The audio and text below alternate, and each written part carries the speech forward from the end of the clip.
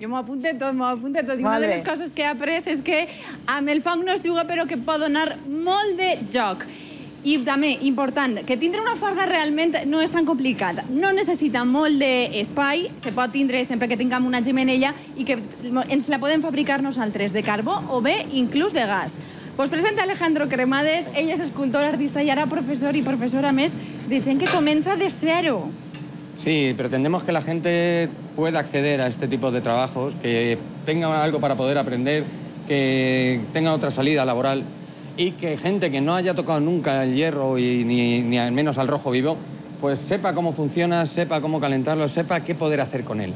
Molt bé, és una missió difícil, important. Les nocions bàsiques. Conèixer les ferramentes. Tenim l'enclusa, la massa, el martell, les tenalles i, com no, la farga. I, sobretot, conèixer el ferro. A quina temperatura se treballa? El fuego es importante que nos caliente el hierro. Ahí tenemos 1800 grados de temperatura y vamos a sacar el hierro a 1000 grados. Ahora mismo tenemos, en la punta, tenemos 1000 grados hasta aquí, aproximadamente. Aquí ya bajamos a 900, 800, 700. Y para trabajarlo bien, que el hierro esté bien blandito, que es el secreto, tiene que estar entre los 800 i los 1000 grados de temperatura. Pues tenim perfecte per a treballar, te podem veure en acció. Ara veuràs com anem a disfrutar, Laura, veient Alejandro Cremades treballant. És un treball que encisa, a més, que dona una sensació un poc màgica i inversemblant, perquè acabem treballant com si fos plastelina un material tan dur com és el ferro. Ella ens assegura que realment no fa falta força per a treballar-lo. Més es destressa, més es manya i també un poquet de porteria. En aquesta punteta de ferro, ell és capaç de fer-nos un cap de drac. Sí? Normalment Alejandro treballa... Sí, ara veuràs, anem a deixar-lo treballar.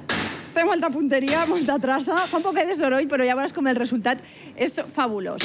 Ell normalment l'aplica a l'art, a l'escultura. Aquí tenim alguns dels seus treballs i realment és un treball que dona la sensació de ser un treball de força brut, però en el qual s'aconsegueixen coses tan delicades com, per exemple, esta flor. És impressionant. Ell l'aplica a l'escultura, l'aplica a l'art, però realment també se pot aplicar a altres oficis, com és el de la restauració o l'arquitectura, per exemple, treballar en baranes, en la decoració també, i, per exemple, en la restauració.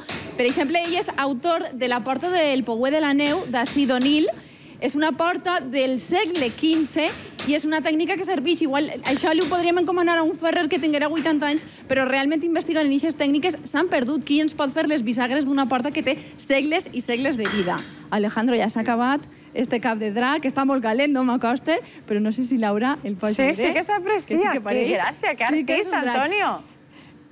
Sí, en un minutet Alejandro ens ho fa, però escolta, un repte, perquè a mi m'han dit que tu dius que eres capaç d'ensenyar a gent que partís de zero a manejar el ferro, a ser ferrer. Jo no tinc ni idea, jo partís de -10. Anem allà? Vamos a provar. Tu creus que seré capaç?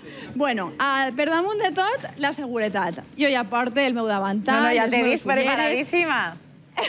Molt bé, com ha de ser. El meu martell, i anem a veure si podem treballar. Bé, el curs que comença a impartir Alejandro comença el cap de setmana que ve. Són 2 dies, 8 hores cada dia, dinaran així els alumnes. N'hi ha 6 places, encara se pot apuntar i és com diguem.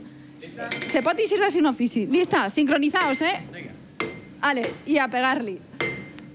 Com te dic, 8 hores per a 6 alumnes, en les quals s'eixirà ja directament a la vesprada fent això i demostrant que, escolta, que podem, com no, treballar el ferro. Jo no sé si va ser molt artístic el nostre treball. De totes maneres, si voleu conèixer millor el treball d'Alejandro Cremades, este artista d'Onil, només heu de visitar la seva pàgina web, hierroyfuego.com. Aneu a sorprendre's, Laura.